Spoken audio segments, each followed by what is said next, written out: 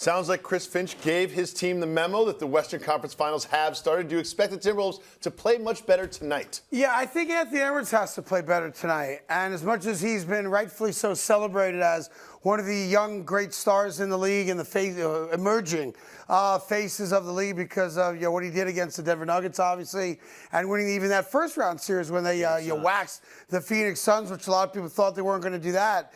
The reality of Anthony Edwards, though, is that we're now looking at 4 straight games where he shot well under 50% collectively from the field. Now, I'm not even talking three-pointers. I'm just talking total field goal attempts. Last game, 6 for 16. Game before that, 6 for 24. Game before that, 8 for 17. Game before that, 5 for 15. He has not shot well in a week and a half. They are not going to win the series if he doesn't shoot 50% or better at some point. That being said, I know this is a fundamental disagreement that Tim and I have with each other. I'll always lean towards you because you're the Hall of Famer. I'm clearly not.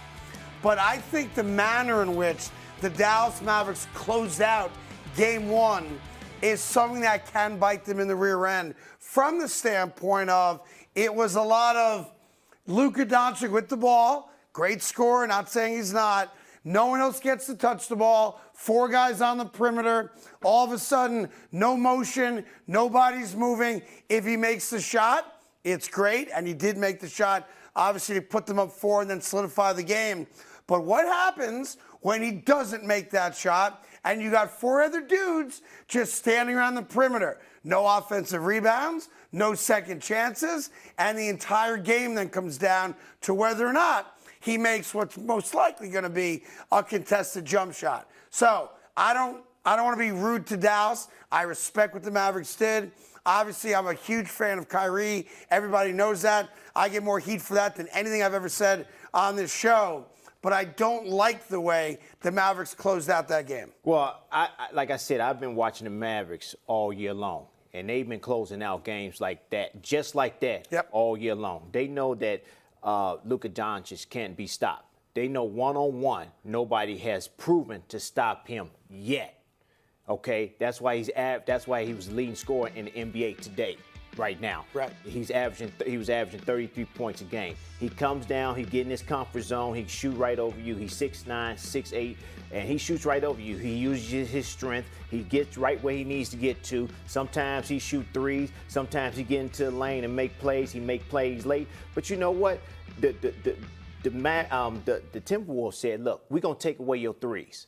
All right, we're going to take away your threes, and we're going to live with Luka scoring the basketball. Sure. We're going to you're saying they took away their threes for the entire team. For the entire team. Yes. They didn't let Luka control the whole game, make the pass out for three-pointers, three-point shots, all right? That's why you see the Timberwolves staying at home, denying the three-point shot, making Luka score. I think that's the wrong thing to do because that's what Luka is good at. Him and Kyrie Irving is a prolific one-on-one guys that take people and off I the think, tell me if I'm wrong, home. I think Kyrie's even better than Luka one-on-one. They both. I think he's unstoppable one-on-one. Both of them are unstoppable. It's not just either. Yeah. Both of them are unstoppable. And you got McDaniels on Luka.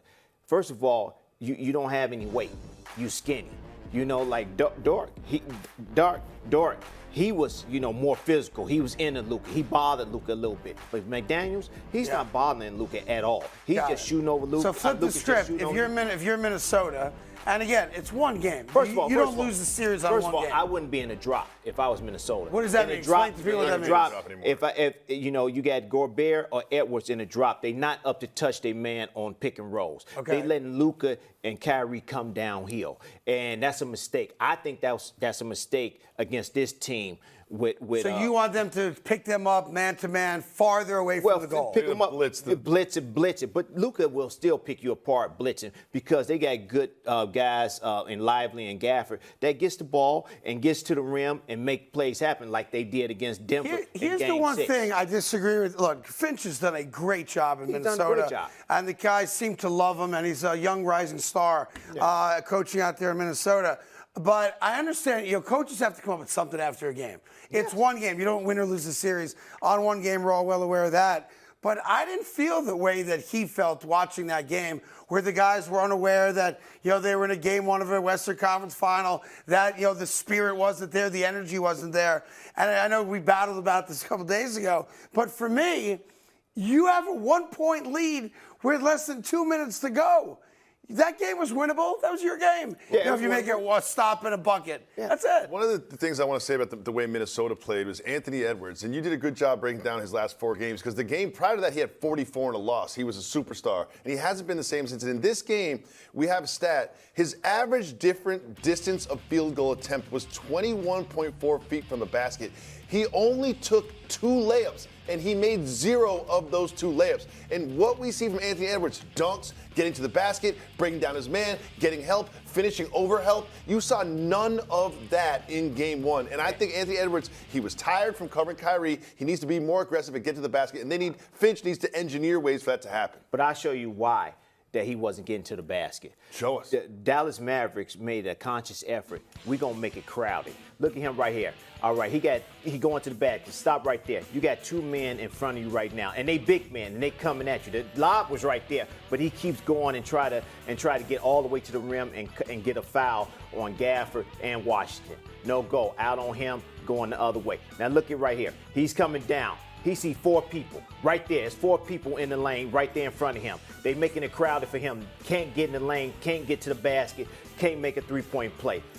All right, you go right. Stop right there. 4 guys in the lane. He's seeing 4 guys in the lane all the time. We're going to make you shoot over us. We're going to make you beat us shooting over us. We're not going to foul you. And then he's going to the layup, and Kyrie come in and slaps it out of his hand or get it to have him turn the ball over.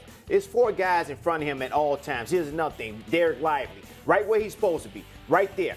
Okay, bam. There's 3 guys right there. It's a crowded lane. Luka don't come off the strong corner. That's what he's not supposed to do.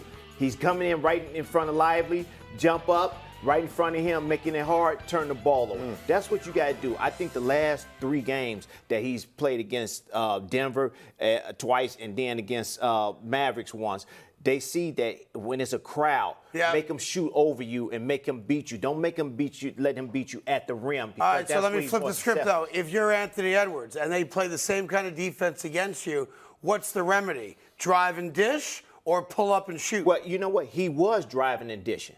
He was getting his teammates involved. But they said, all right, we're going to play the percentage. Maverick said, we're going to play the percentage. Right. We don't think that you could make a high percentage those threes in the 4th quarter. Got it. And they did.